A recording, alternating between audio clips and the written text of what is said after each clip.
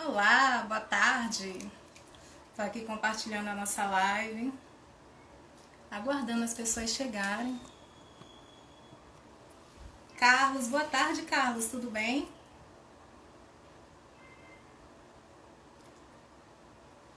Vamos aguardar um pouquinho. Acho que eu entrei um pouquinho. Não, já é 5:02.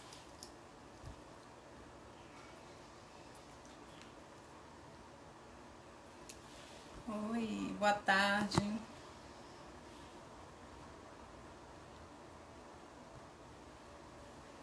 Tudo jóia.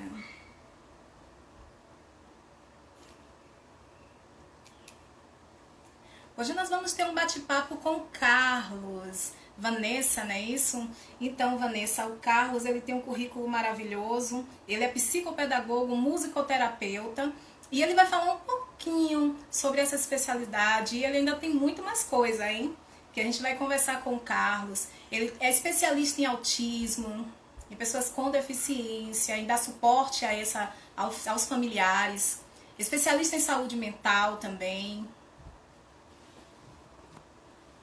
Fica aqui com a gente, manda aviãozinho para todo mundo. Olá, Flávia, o pessoal da Suíça aqui, Carlos, nos prestigiando. Que bom, que carinho ter vocês aqui. Fiquem à vontade para nos fazer pergunta, né? Perguntar ao Carlos, tirar suas dúvidas e se deliciar um pouquinho desse maravilhoso profissional que é o Carlos, né?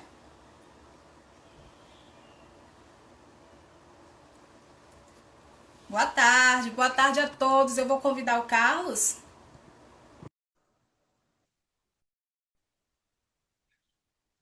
Então, boa tarde, pessoal. Enquanto o Carlos está aceitando o nosso convite, é com imenso prazer que eu recebo todos vocês aqui para a nossa quarta edição desse projeto maravilhoso realizado pelas alunas. Olá, Carlos. Olá, tudo bom? Tudo bem, meu querido? Tudo jóia.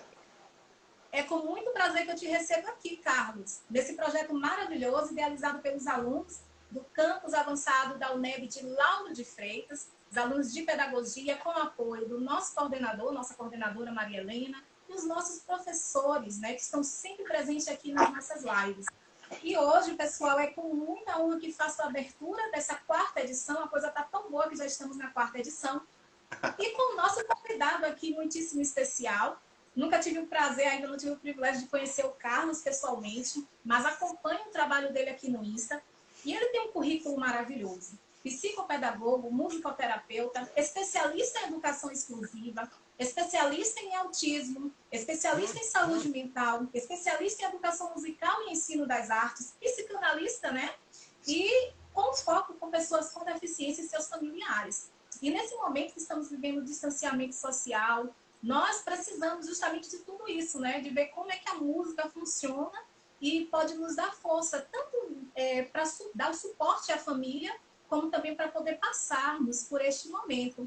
E agora eu vou deixar que o Carlos fale um pouquinho para a gente sobre tudo isso. Vamos lá, Carlos. Olha só, em primeiro lugar, eu preciso dizer que é uma honra imensa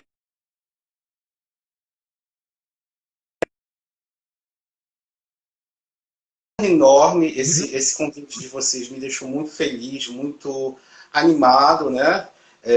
Esse momento é um momento muito delicado mesmo pelo qual o mundo tem passado.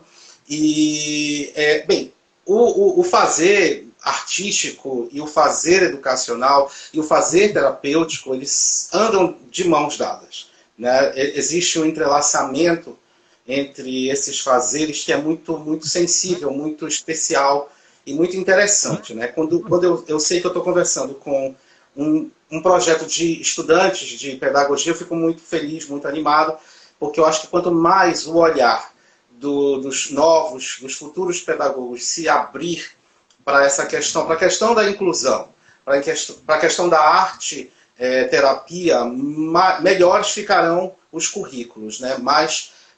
Melhores resultados nós teremos. Porque vocês sabem que inclusão é um caminho, graças a Deus, do qual a gente não volta mais, né?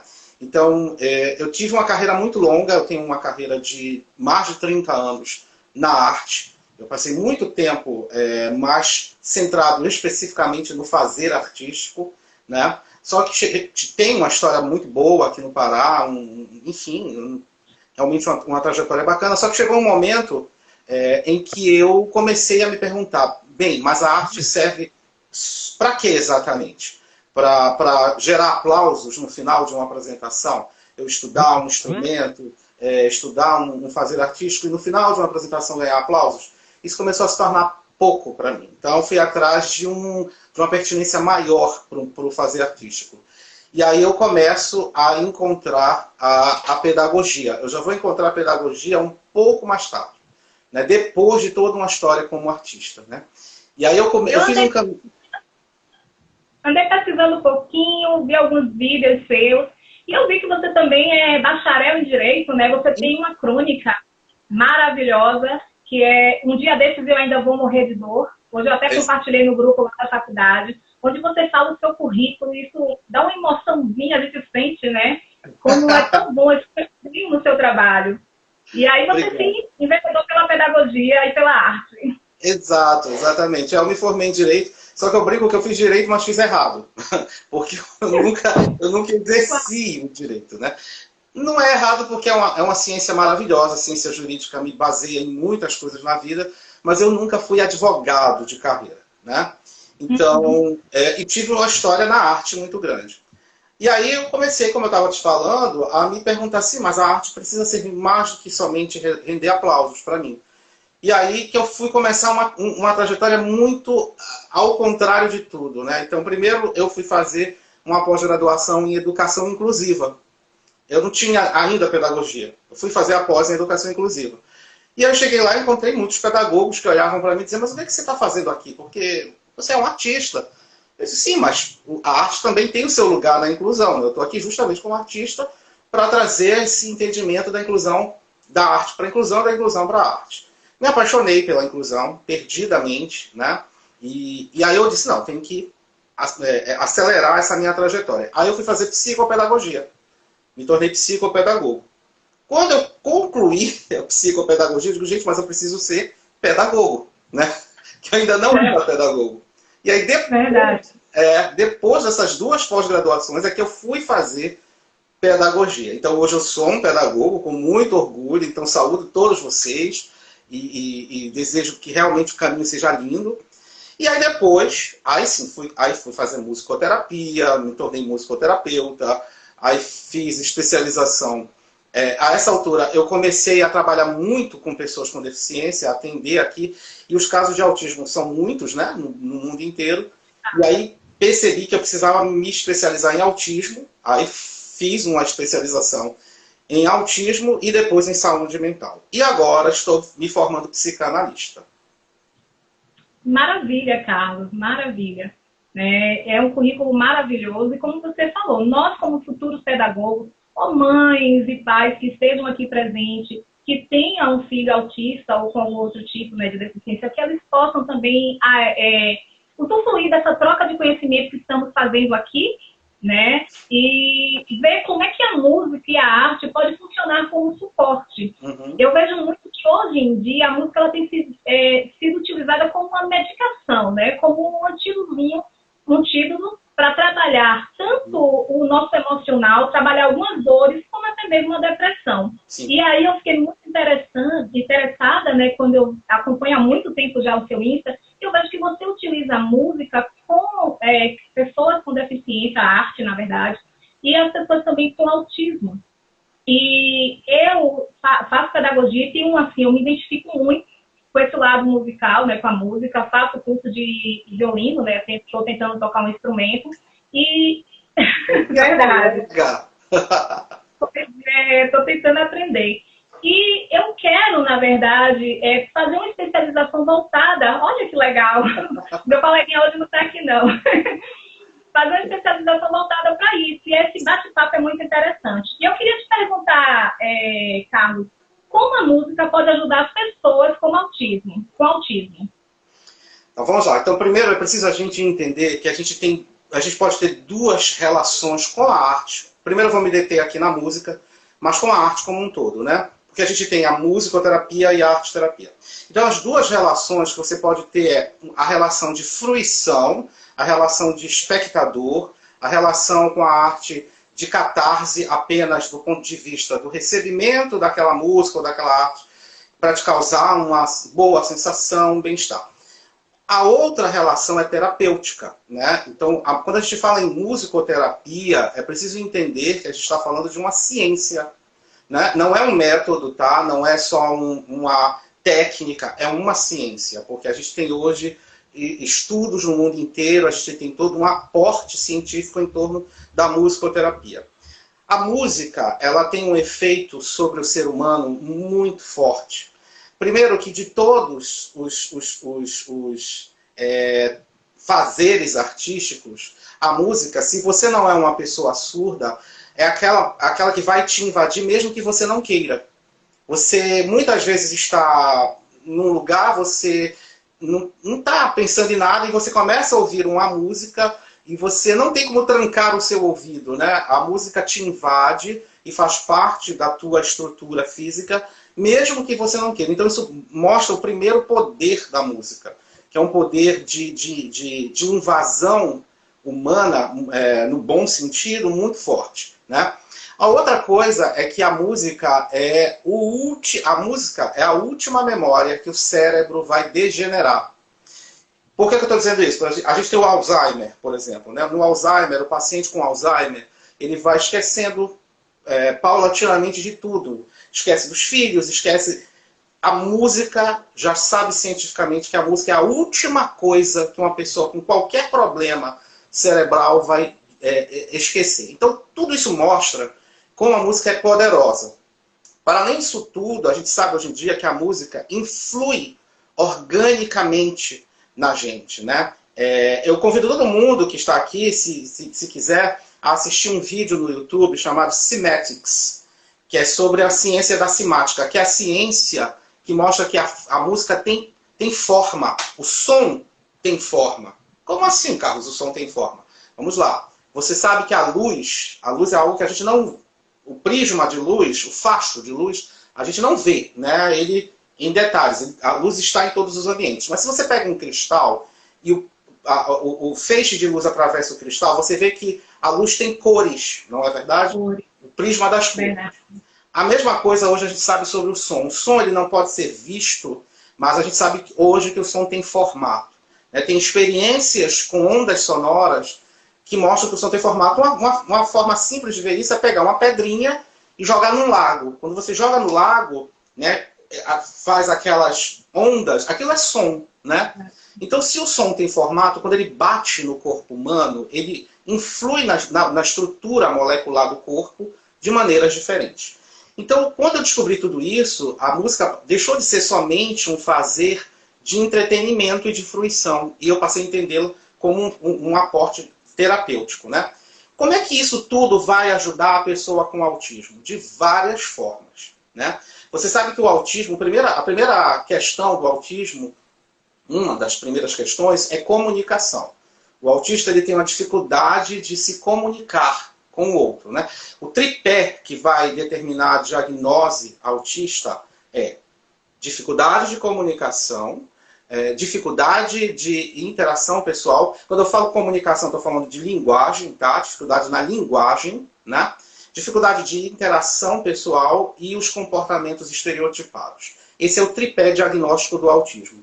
Então, numa sessão de musicoterapia, para ajudar um autista, por exemplo, eu posso aplicar a técnica da regência musical. Como é que isso vai funcionar exatamente? Bem, eu tenho lá um paciente no espectro autista que não consegue se dirigir a mim, não consegue trocar comigo, que não consegue se comunicar com a minha pessoa. Então, o que é que eu vou fazer? No primeiro momento, eu vou botar ele num setting cheio de instrumentos, porque vale frisar, tá? Uma coisa importante. Na musicoterapia, a minha preocupação não é ensinar ninguém a tocar instrumento. Não me interessa que você saiba ou não tocar. Se você não souber, até melhor, né? Então, eu boto lá aquele paciente num setting com vários instrumentos e primeiro deixo ele explorar. Ele vai explorar, vai fazer, vai mostrar o que ele se interessa, né? A partir de determinado momento, eu vou começar uma técnica com ele. Então, vamos lá. Ele pegou, por exemplo, não sei, ele pegou uma estrutura qualquer, ele pegou aqui o violão, né? Mas no lugar de tocar, ele começou a bater no violão. Eu apoio isso. Isso para mim é interessante. Eu vou anotando, vendo o que é que ele faz com cada um dos instrumentos. A partir de determinado momento, eu vou trabalhar para que ele comece a me reger. Como assim? Ele bateu no violão, eu vou lá e vou começar a bater no violão também. Ele bateu num tamborzinho, eu vou lá e começo a bater no tamborzinho também. Quando ele perceber que eu estou fazendo o que ele faz e me der sinais disso, começamos a quebrar a dificuldade de comunicação do autista, percebe? Porque ele começou a perceber que está fazendo alguma coisa que influi em mim, não é? Então, aí ele vai começar a me testar, ele vai começar a me reger. Aí ele vai começar a ver se faz isso e se eu faço também. Então, eu já estou me comunicando com ele. Eu estou tocando um instrumento? Não, não estou tocando, mas eu estou usando o princípio musical para isso. O novo momento será quando eu começar a tentar regê-lo. Então, a partir de determinado momento, eu vou começar a fazer para que ele faça também. E quando isso se torna eficaz, a gente teve um avanço comunicacional enorme com essa pessoa com autismo. Que vai ajudar ele, inclusive, a entender quando um professor, numa sala de aula, der um comando pedagógico para ele.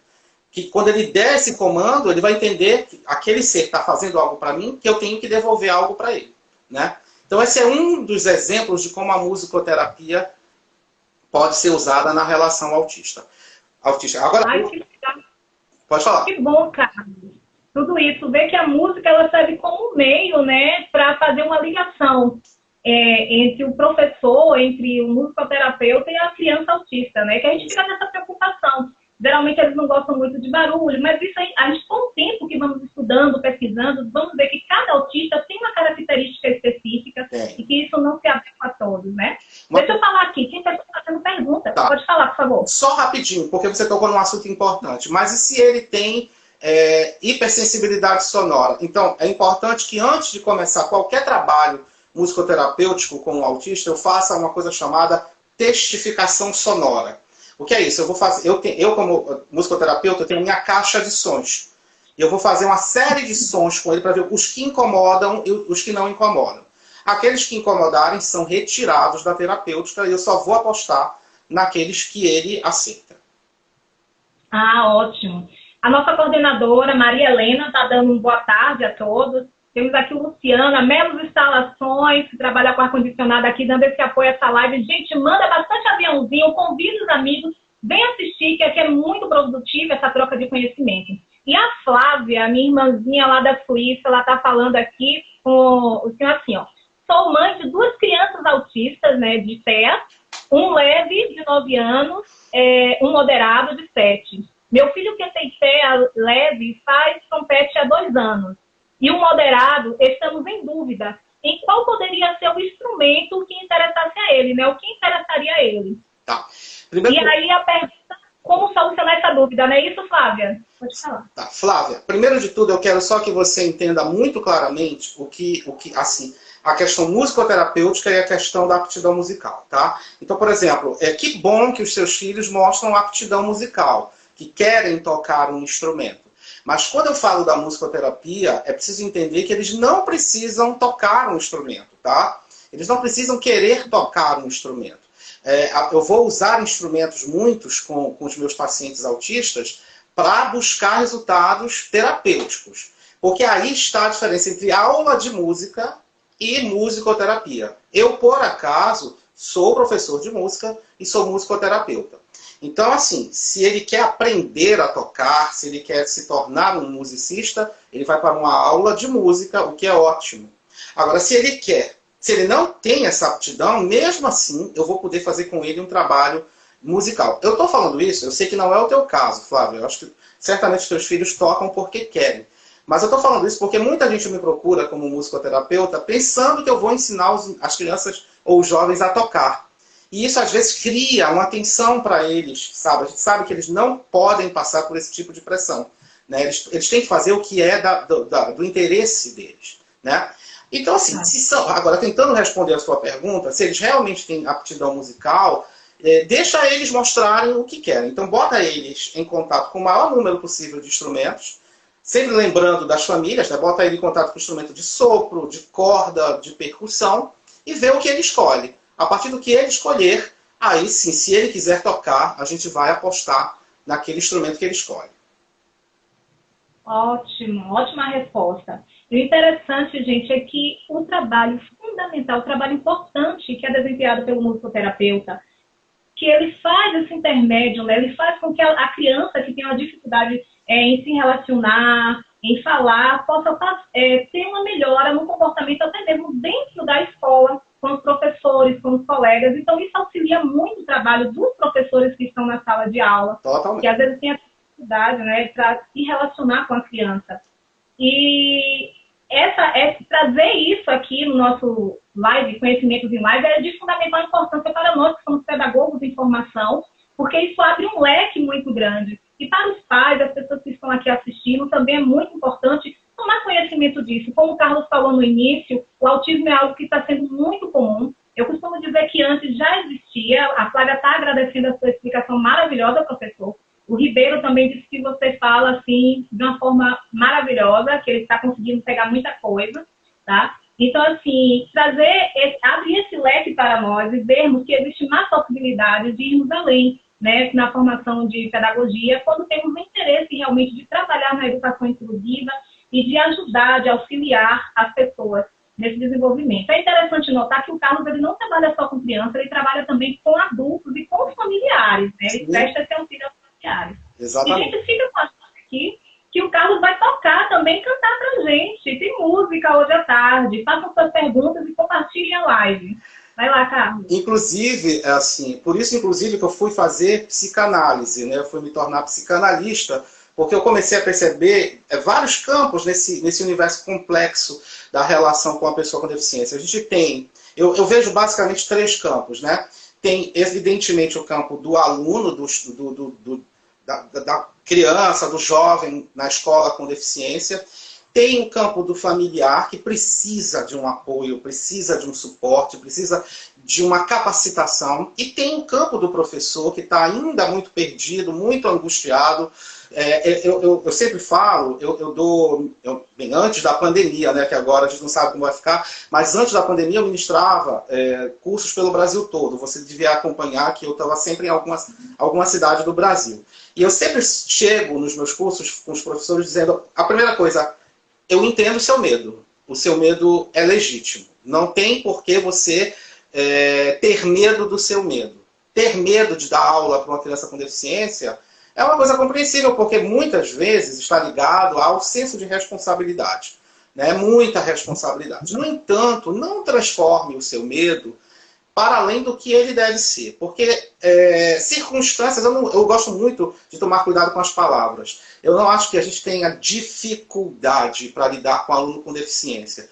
A gente tem questões específicas. E essas questões específicas que envolvem os alunos com deficiência, elas existem em relação a outras questões. Então, eu tenho um aluno com, sei lá, porque a gente tem que diferenciar, tá, gente? Deficiência, transtorno, distúrbio, são coisas diferentes. Então, por exemplo, o TDAH, que eu sou também especialista, não é uma deficiência, ele é um transtorno que sempre existiu no mundo escolar e a gente aprendeu, como pedagogo, a se portar com ela. Então, não se tranque, não exercite o que eu chamo de inclusofobia. Eu vejo muito professor com inclusofobia. Não, eu não quero, eu não sei, eu não vou lidar com aluno com deficiência. Isso é um erro profissional. Eu preciso dizer para você que está se formando em pedagogia que o trabalho na inclusão é o que hoje separa o joio do trigo. O profissional da pedagogia que não souber se qualificar para trabalhar com a inclusão vai ficar pelo caminho. Porque não há mais como voltar. A realidade do aluno com deficiência nas escolas é um fato. Graças a Deus. Então não se torne um inclusofóbico, né? Se abra para essa possibilidade. A primeira coisa é admitir que está com medo. Né? Eu, quando comecei a trabalhar com inclusão, por exemplo, só para contar rapidamente para vocês, eu criei aqui em Belém o primeiro grupo de teatro inclusivo da região norte. Nem sabia que era isso, mas era. O projeto Cena Especial. E quando eu criei esse projeto, eu não tinha parâmetro nenhum, eu não tinha nenhuma informação que me ajudasse. Então eu me lembro que no primeiro dia eu tinha uma turma com um aluno com autismo, 2 com síndrome de Down, um aluno cega, um aluno surdo e outros tantos sem deficiência aparente. Eu olhei e disse, o que é que eu vou fazer? Que medo eu senti? Mas eu não me detive no meu medo. Eu usei meu medo justamente como catapulta para que eu fosse em frente e resolvesse. Ah, que bom, Carlos. E é bom falar isso, né? Às vezes, até devido ao medo, né, de sermos tão cautelosos, utilizamos palavras que talvez não convenham, né, para se dirigir a crianças ou a adultos, né, com deficiência. Né? E, de fato, como você falou, você ficou com essas crianças e viu o desafio de utilizar métodos adequados e, com certeza, para cada criança, um específico, de acordo com as suas necessidades, com as suas dificuldades. Né? Isso para criança com e sem deficiência. Para cada aluno nosso, existe um olhar específico. Entendeu? Então, é isso que a gente tem que entender. Não é porque ele tem deficiência. Cada aluno, cada ser humano, o que é... Tem a sua necessidade especial, eu costumo dizer, né? Exatamente. Sobre isso, se você me permitir, nas minhas palestras, eu trato rapidamente, eu vou falar, se você me permitir, de uma questão que é a ética verbal, né? Que você falou aqui, a gente tem medo de usar algumas palavras. Se você me permitir, eu vou rapidamente explicar sobre isso.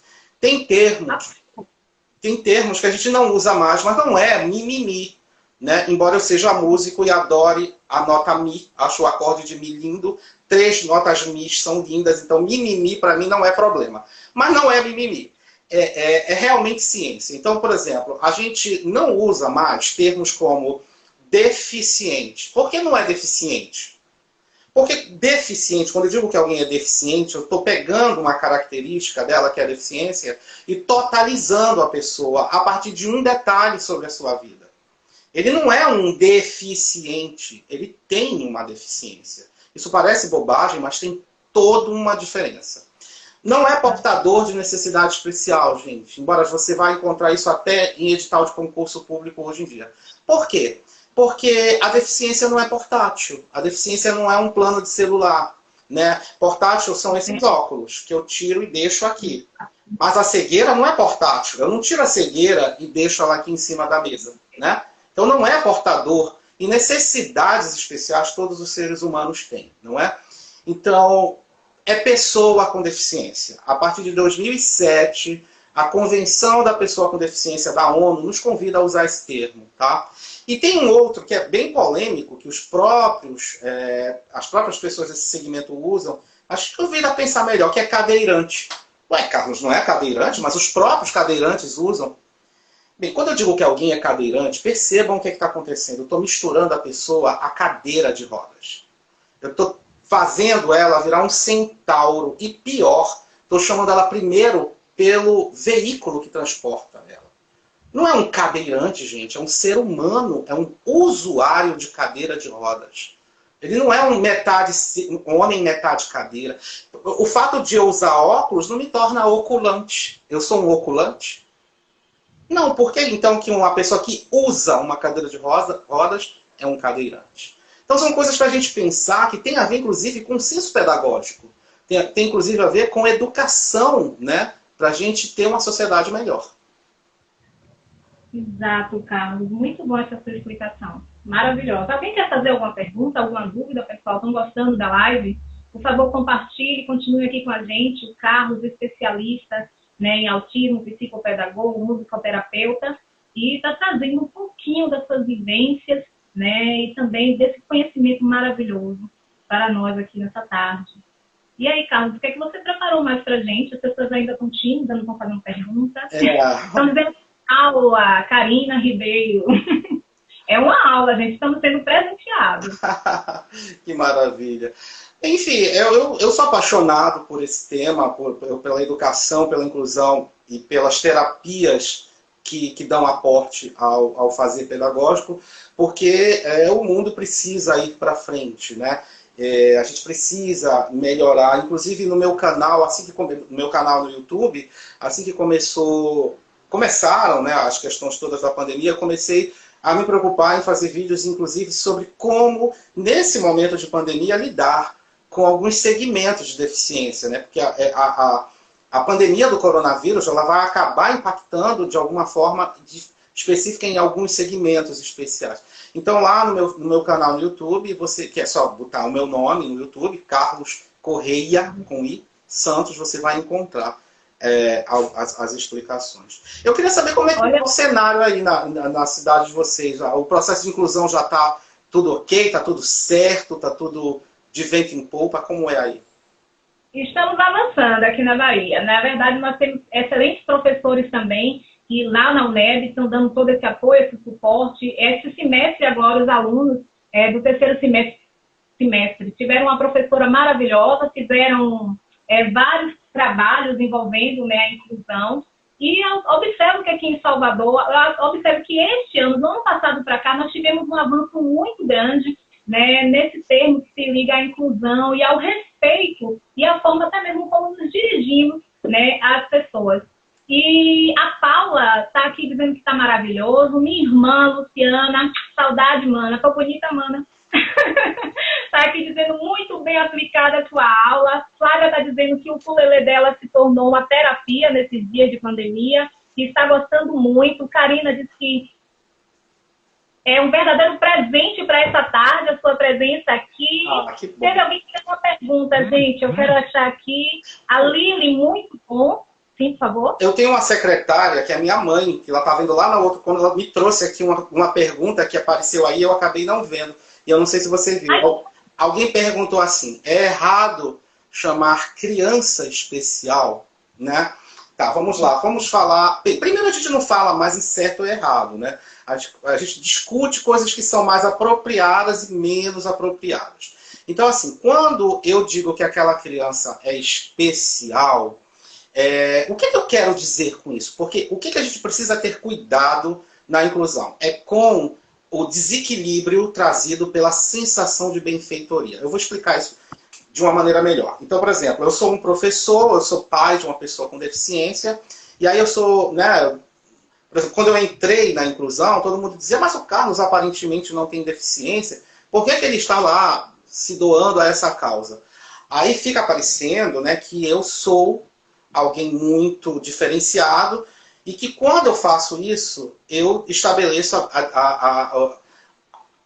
o desequilíbrio da sensação de benfeitoria. Se eu sou uma pessoa dedicada à inclusão, eu estou querendo dizer então que a pessoa com deficiência é menos do que eu. Dá para entender? Então, quando eu uso o termo especial, é como se eu estivesse tentando dourar uma pílula. A gente precisa desromantizar a inclusão. Como assim? A gente tem que tratar a pessoa com deficiência como pessoa plena. Ela é uma pessoa plena, só que tem uma característica que pode ser a surdez, pode ser a cegueira, pode ser o autismo. Como eu posso ser uma pessoa com mais ou menos cabelo, com miopia ou não, características. A deficiência é uma característica, né? Porque quando eu uso o termo especial, na maioria das vezes eu estou querendo tratar aquela pessoa com coitadismo. E a gente não pode, na inclusão, trabalhar com coitadismo, com pena, com comiseração. Isso não funciona. Então, é uma pessoa. Carlos, eu posso usar criança especial? Use o nome da criança. É o Paulo, é o Pedro, é a Carla, é a Cristina, tá entendendo? Porque, assim, existem pessoas com deficiência legais e pessoas chatas. Existem pessoas com deficiência super bacana e super enjoadas. Entendeu? São pessoas. Dá para entender o que eu quero dizer? Quanto mais a gente usa caminho para enfeitar essa relação, mais a gente trata com coitadismo. Isso é um erro enorme. Inclusive, aí é o momento de falar com você, professor, que pensa assim, tem uma dúvida muito, muito grande no universo da pedagogia, que é, mas eu devo ser cobrar resultado dos meus alunos com deficiência, eu devo ser mais coercitiva, em algum momento eu preciso ser firme. Você precisa ser professor. O professor é assim por natureza. O rigor, muitas vezes, é para o bem do aluno. Claro que eu não estou falando aqui que a gente vai tratar mal ninguém, nem com, nem sem deficiência. Mas não ter esse medo de, não, é um biscuit, eu vou quebrar. Isso faz mal para eles, sabia? Eles não gostam. As pessoas com síndrome de Down detestam ser infantilizadas, detestam ser tratadas como menores, como especiais. Elas são seres humanos, entendeu? Então é preciso pensar nisso. Isso, Carlos. E esse termo, quando a gente fala especiais, é até mesmo uma negação. Vários familiares estão negando, né, o fato. E foi a @casinha da Joca que fez essa pergunta. Obrigada, Joca, por participar. Segue ela lá também, pessoal. Muito boa essa pergunta. E a sua secretária, estão dizendo aqui que ela está de parabéns. Um beijo, manhinha. A manhã do Carlos. Pernambucana, minha manhinha mesmo. Minha manhinha era pernambucana. Infelizmente eu não tenho mais minha manhinha, mas o sangue pernambucano está aqui na veia. Um abraço, manhinha. E aí, só completando uma dúvida que muita gente tem, eu posso reter um aluno com deficiência? Gente, já na LDB já existe essa prerrogativa. É claro que aí, para você fazer essa avaliação que acabe resultando numa retenção, é preciso fazer uma coisa ainda mais importante, que é a adaptação curricular.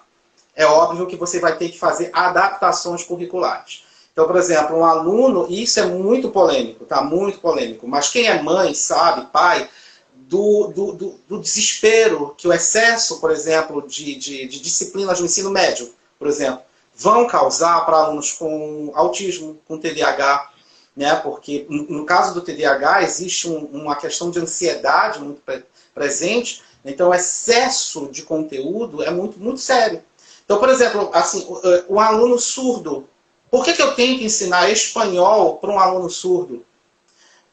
Se vocês não sabem, a língua primeira do surdo brasileiro é a Libras, não é o português. Vocês sabem disso? É a Libras. Pela lei, a primeira língua oficial do povo surdo brasileiro é a Libras, depois o português. E eu ainda imponho para eles o espanhol, o inglês. Se eles querem, beleza. Mas para que essa pressão curricular? Então, assim, eu faço a adaptação curricular, tá? Dentro de todos os parâmetros que existem. E se dentro dessa adaptação, o que foi estabelecido como meta para aquele aluno, dentro de um plano educacional individualizado, não for alcançado, sim, ele pode ser retido. A lei permite isso. Que ótimo esclarecimento. Ele pode ser retido, né? Pode. Agora, deixa eu te fazer uma pergunta. A Luísa de Jesus está perguntando aqui, olá, Lu, boa tarde. Né? Seria errado chamar de pessoa com capacitação, eu acho que diferenciada, ela quer dizer aí. Seria errado se usar esse termo? Sabe por que seria, Luísa, né? Primeiro, onde está o parâmetro da capacitação ideal? Porque quando eu falo capacitação diferenciada, eu devo partir de um pressuposto que eu tenho o parâmetro do que é a capacitação ideal. Onde está esse parâmetro? Ele não existe. Não existe uma linha que diga aqui tem uma capacitação ideal, aqui não tem. Para nenhum ser humano. Então, eu não concordo muito com esse termo pessoa com capacitação diferenciada, com capacidade, capacitação diferenciada. Não concordo. Eu acho que cada ser humano tem a sua forma tem a sua capacidade. O que vai acontecer, aí agora eu vou ser um pouco científico. No caso do autismo, no caso da síndrome de Down, a gente tem deficiências cognitivas, tá? Aí eu preciso falar de cognição. O que é cognição, gente? Por que essas deficiências estão no rol da deficiência cognitiva? Vamos lá. A gente tem três segmentos de deficiência, tá? Deficiência física, né? Deficiência sensorial. Deficiência sensorial é aquela que impacta sobre o sentido. Então, visão, audição. E temos as deficiências cognitivas, onde a gente vai ter o autismo TEA, né, o transtorno do espectro autista, onde a gente vai ter a síndrome de Down, a síndrome de Williams, que eu não sei se vocês conhecem, e várias outras. Cognição, capacidade de aquisição de conhecimento. As pessoas nessa faixa de deficiência, elas têm fragilidade em duas funções executivas, atenção e memória. Então, por essa questão, por ter uma fragilidade na atenção e na memória, eles vão ter deficiência cognitiva, que é a dificuldade, a fragilidade de aquisição de conhecimento. Então, a gente tem que atuar nesse sentido. Então, todo o trabalho pedagógico para alunos com deficiência cognitiva tem que reforçar a atenção e memória.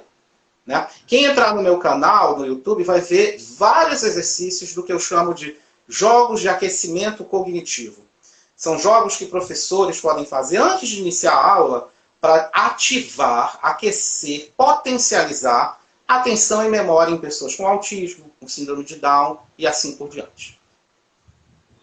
Ótimo. A Ana está aqui falando que lembrou muito da série Atípica e recomenda, né? Nós temos várias séries hoje que tratam um pouquinho do autismo, né? Isso. Tem uma Ilha da Coca, se eu não me engano, tem o The Good Doctor. Isso. Isso. E ela está falando assim, gente, porque só tratamos de educação inclusiva e universal em uma única disciplina no curso de pedagogia, precisaríamos de mais, porque é riquíssimo isso, então vamos partir para a especialização, que nem o Carlos, não é isso? E, Carlos, a Luciana está dizendo que excelente explicação, porque eles são completamente capazes de produzir e se desenvolver, quando bem acompanhados, orientados. Lembrando que eles não são incapazes, mas apenas têm o seu tempo próprio. De fato, todos nós temos o nosso tempo, né, e devemos ter o respeito pelo tempo da criança e pelo tempo de todas as pessoas, enfim. Com certeza. Carlos, nós temos 20 minutos, né? Eu estou só para lembrar o tempo, porque o papo está muito gostoso, eu faria 2, 3 horas de live. E aí, só um adendo rapidinho. Isso serve, quando eu falei de cognição, eu falei para vocês não confundirem cognição com intelecto, tá? Então, essas pessoas, elas não têm... A deficiência intelectual é uma outra coisa. Uma pessoa com síndrome de Down e autismo, ela não tem comprometimento necessariamente no intelecto. Ela pode ter uma comorbidade. O que é comorbidade, Carlos? É quando eu tenho outra coisa ou outra deficiência associada. Mas o intelecto delas, em essência, é preservado. A prova disso é que quem trabalha com pessoas com síndrome de Down, com autismo, com qualquer síndrome, sabe como eles são inteligentes. Eles são inteligentíssimos, são super habilidosos. Eles só têm fragilidade atencional e memorial. Exato, exato. Carlos, nós temos 20 minutos aí de live. Você preparou alguma coisa? Alguém tem mais alguma pergunta para fazer aqui para o Carlos? Fiquem à vontade, pessoal. Continue compartilhando a live. Enquanto o pessoal está se preparando, eu vou tocar rapidinho uma coisinha aqui ao violino, que eu preparei nesse momento, né, de Dia dos Namorados ainda, de amor e tudo mais. Só a diferença que o meu espaço é reduzido aqui, se eu bater, perdoem, tá? Ok.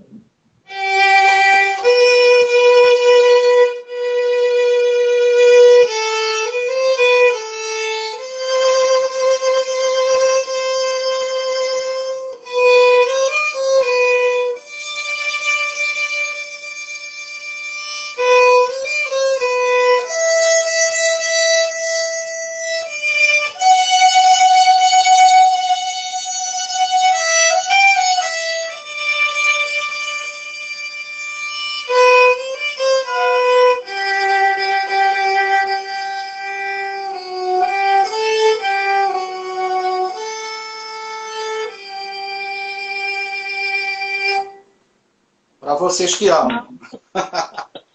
Sim. A espera de viver ao lado seu. Por toda a minha vida.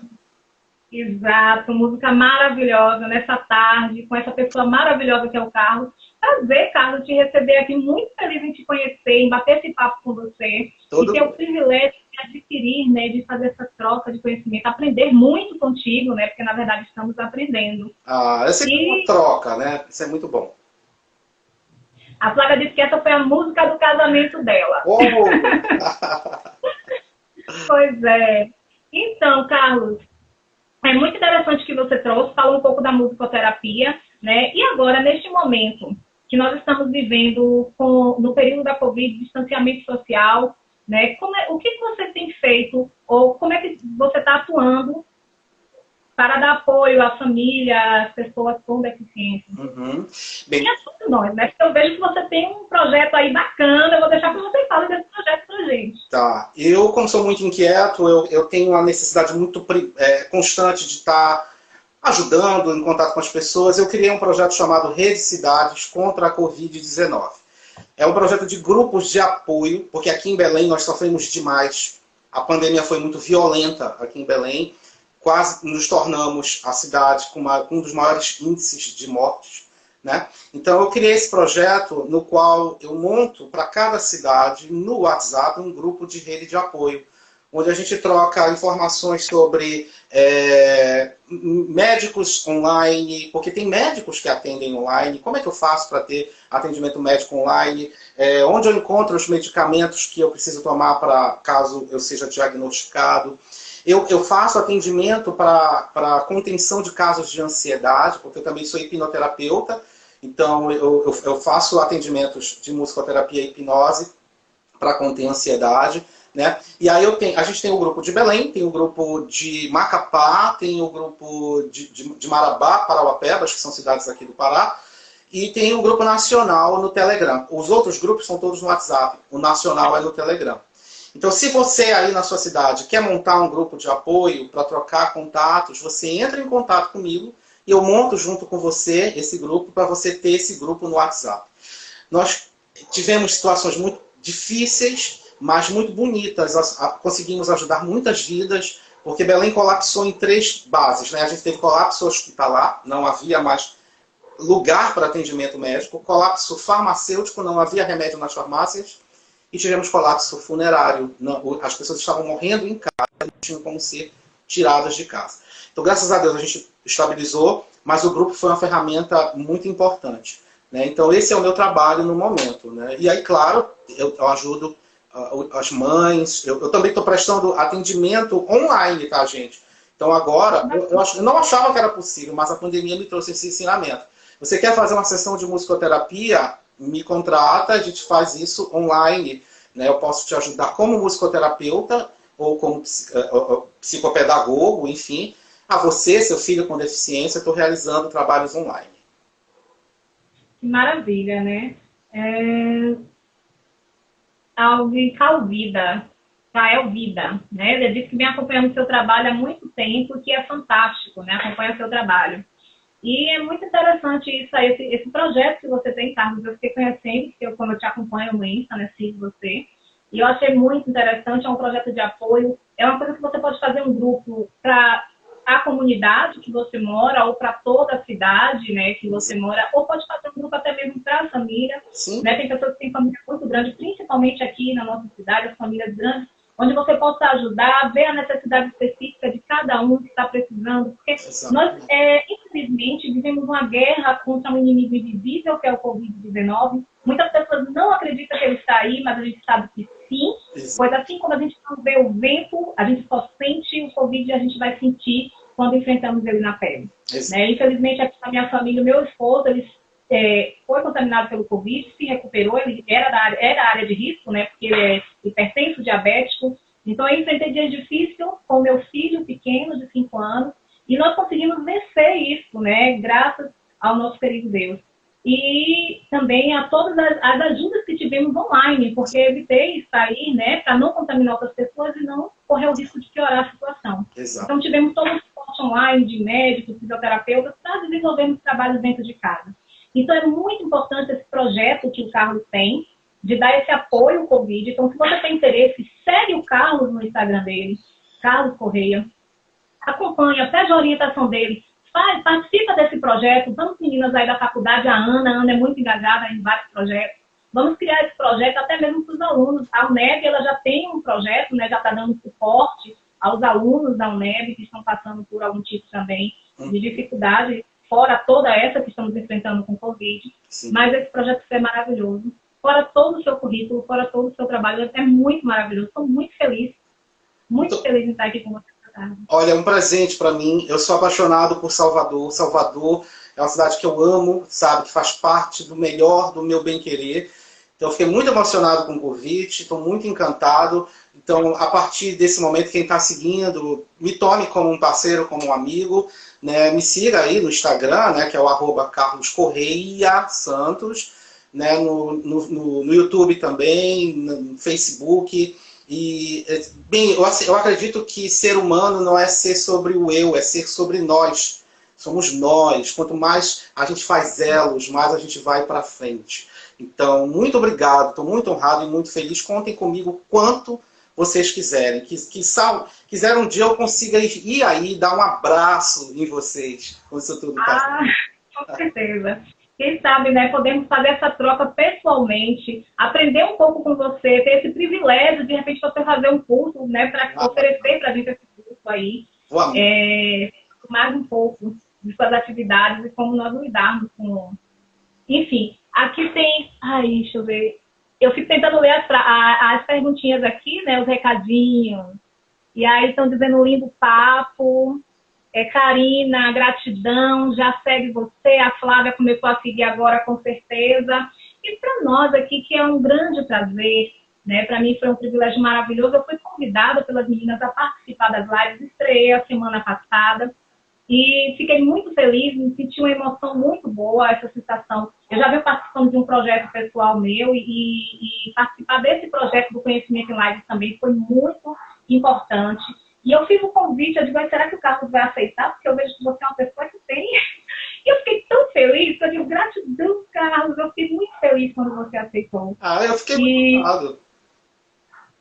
Eu espero que a gente possa se encontrar realmente, pessoalmente, e que a gente possa ter mais trocas, né? Por favor. A Lili está agradecendo. Por favor. E tomem como amigo de vocês. Parabéns pelo projeto, lindo projeto. A sua condução é linda, brilhante. Você arrasa.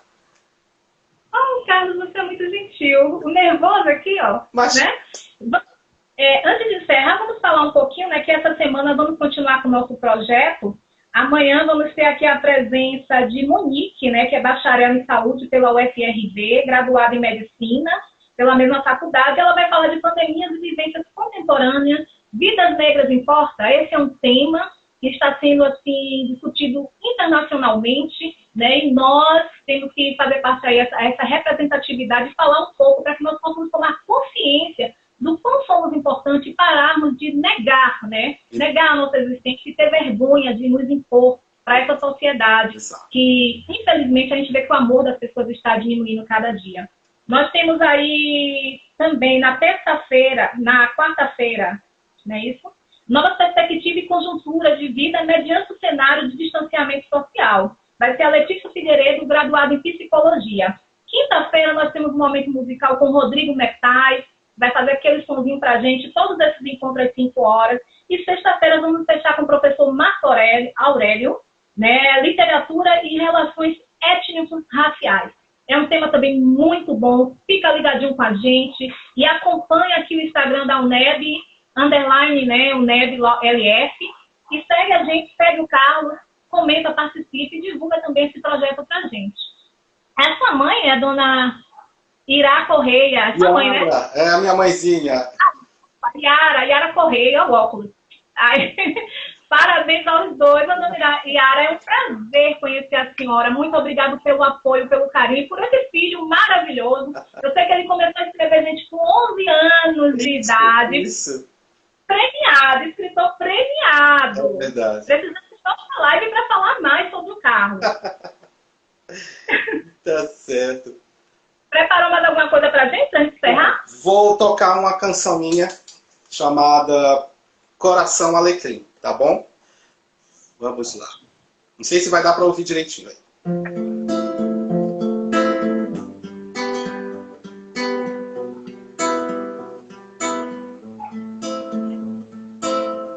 Sinto que bate no teu peito, meu coração alecrim. Feito de um jeito lento e calmo teu, bate dentro de mim. Dois corações, um só querer, querendo respirar. o ar de ser dois sendo um, sem nunca separar. Escondi nas asas da despedida um nome para o meu futuro. Voei toda a volta na partida e me parti todo, eu juro. É daquelas à distância, daquelas em que se voa feito não mais, mas o não mais é feito de ânsia, daquela que há lá permanência demais.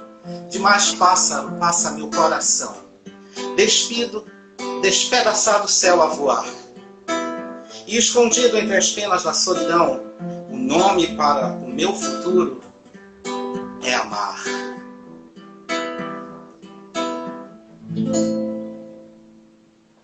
Nossa, linda, Carlos. Maravilhoso. Obrigado, muito obrigado. Um poema é sua música.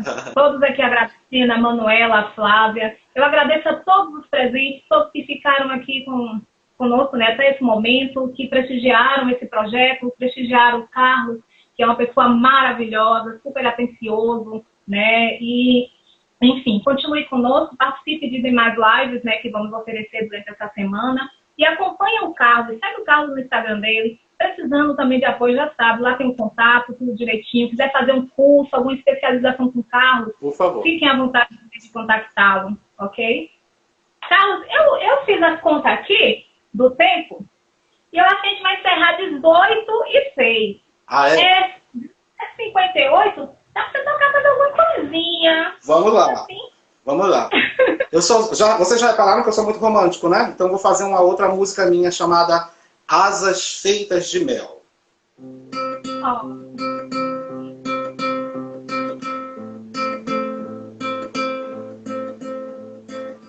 Se eu quiser voar, será que podes me emprestar teu céu? Não tenho céu para dar, mas posso te ofertar o véu do meu bem querer, que é já teu bem querer. Se eu quiser sonhar, será que poderás me dar asas feitas de mel? Asas eu não posso dar, mas não vou te deixar ao léu, porque és meu bem querer. Só tu és meu bem querer.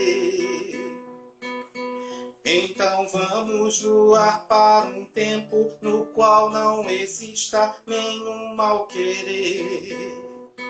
Vamos voar com o vento que enfrente o tormento de não se entender. Que o amor quebra gaiolas sem fim, porque ele faz ninho em você e em mim. Ea, ea, ei. Ea, ea, ei.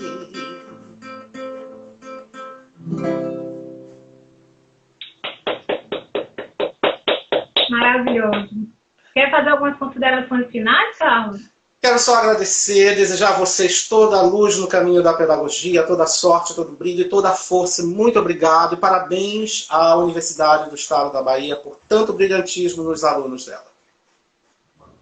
Muito obrigada. Nós que agradecemos a sua presença e a todos que acompanharam essa live aqui. Tá bom? Um abração a todos. Fiquem com Deus, né? E enquanto estivermos nessa situação, é melhor ficar em casa, se não precisa sair.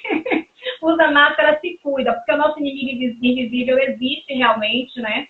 E tem tirado muitas vidas. Acompanhamos a situação aí na sua cidade, no estado aí, e vimos que realmente foi algo muito sério. E isso estamos vivendo um pico, né? Demos uma estabilizada em números de pessoas que vieram a óbito, mas precisamos ter bastante atenção com isso. Cuidem de suas vidas, cuidem